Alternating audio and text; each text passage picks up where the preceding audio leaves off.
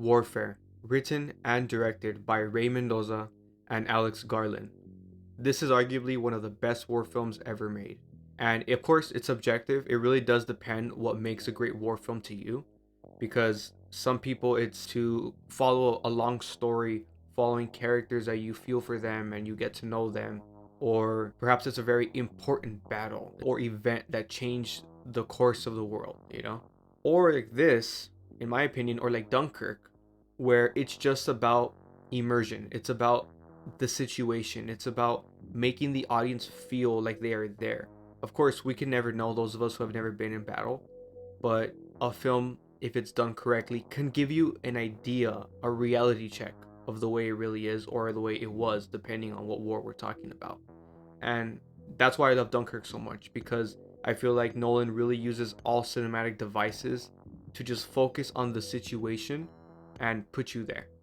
But Nolan's film is much more of a artistic expression because of the way he plays with time and structure, the way Hans Zimmer's score is constantly playing, and it has like that tick, almost like a metronome that keeps intensity up. This film takes that a whole step further. This film has no score, and this film is shot in real time. Now, I want to adjust the unfiltered in real time. That tagline has been in like all forms of marketing.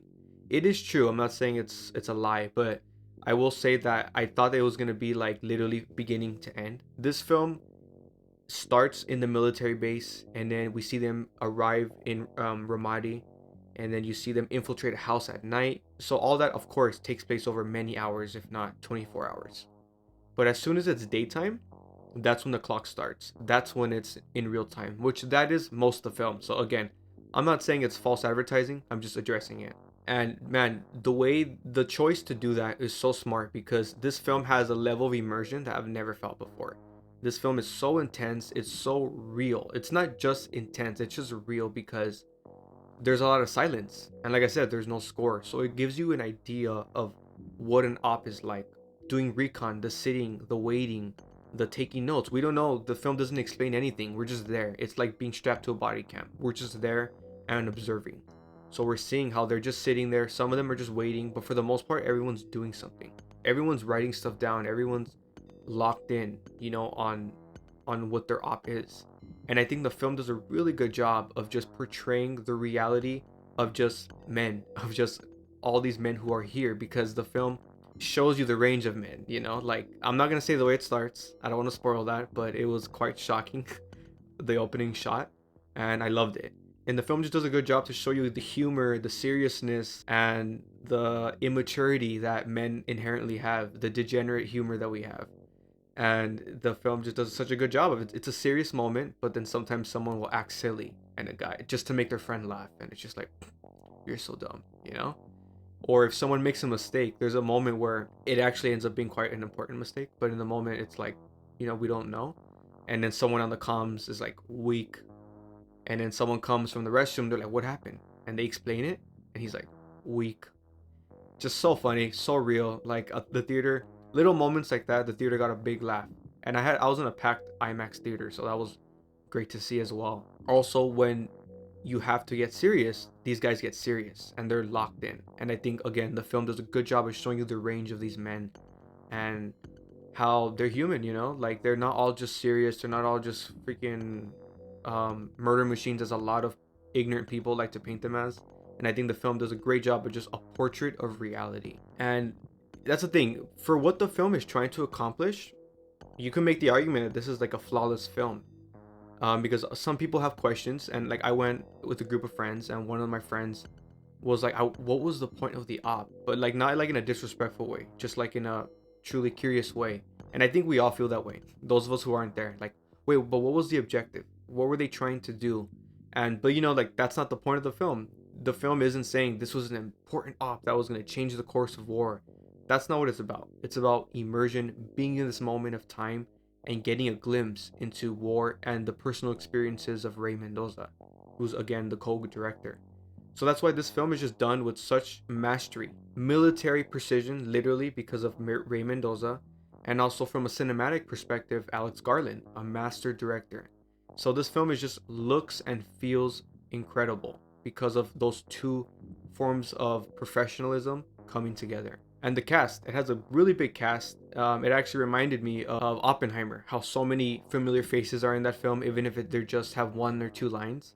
This film is much like that with a lot of young actors right now, and everyone completely brings it. No one is unrealistic. No one feels like they wouldn't be there, or like he doesn't sell it. Like everyone just seems like they know what they're doing, and this is what that man was probably like.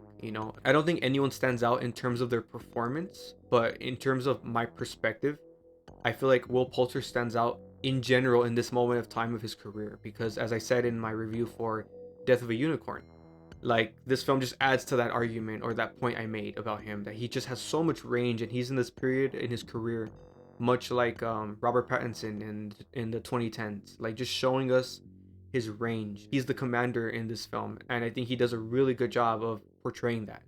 Really serious, really calm, makes decisions on the fly, comes up with solutions, checking on everyone. You could tell he knows what he's talking about. But also, when there's moments of humor, he's laughing. And when the battle starts and he gets a little shaken, he plays that well as well. He's not overacting. No one really overacts, and whenever someone is acting extremely in terror and horror and screaming from the top of their lungs, it's believable. Like you watch, and the audience watches in horror, like, man, that's real, like, Jesus Christ, like, this is so intense, this is so horrific. And that's why this film is just incredible. It will disturb many people, but I think it's a good form of fear that someone should feel, to not be shielded and to understand the reality of war. And I think this film just does an incredible job of depicting all aspects of reality. And I'm someone who does listen to a lot of like military podcasts. I'm not someone who plays war games, and I don't like romanticize it and think it's like war's badass and like stuff like that. But I do have a lot of respect for these men and women. And I mean, I'm not saying I'm an expert, but I know quite a bit about this time in war history in the early 2000s.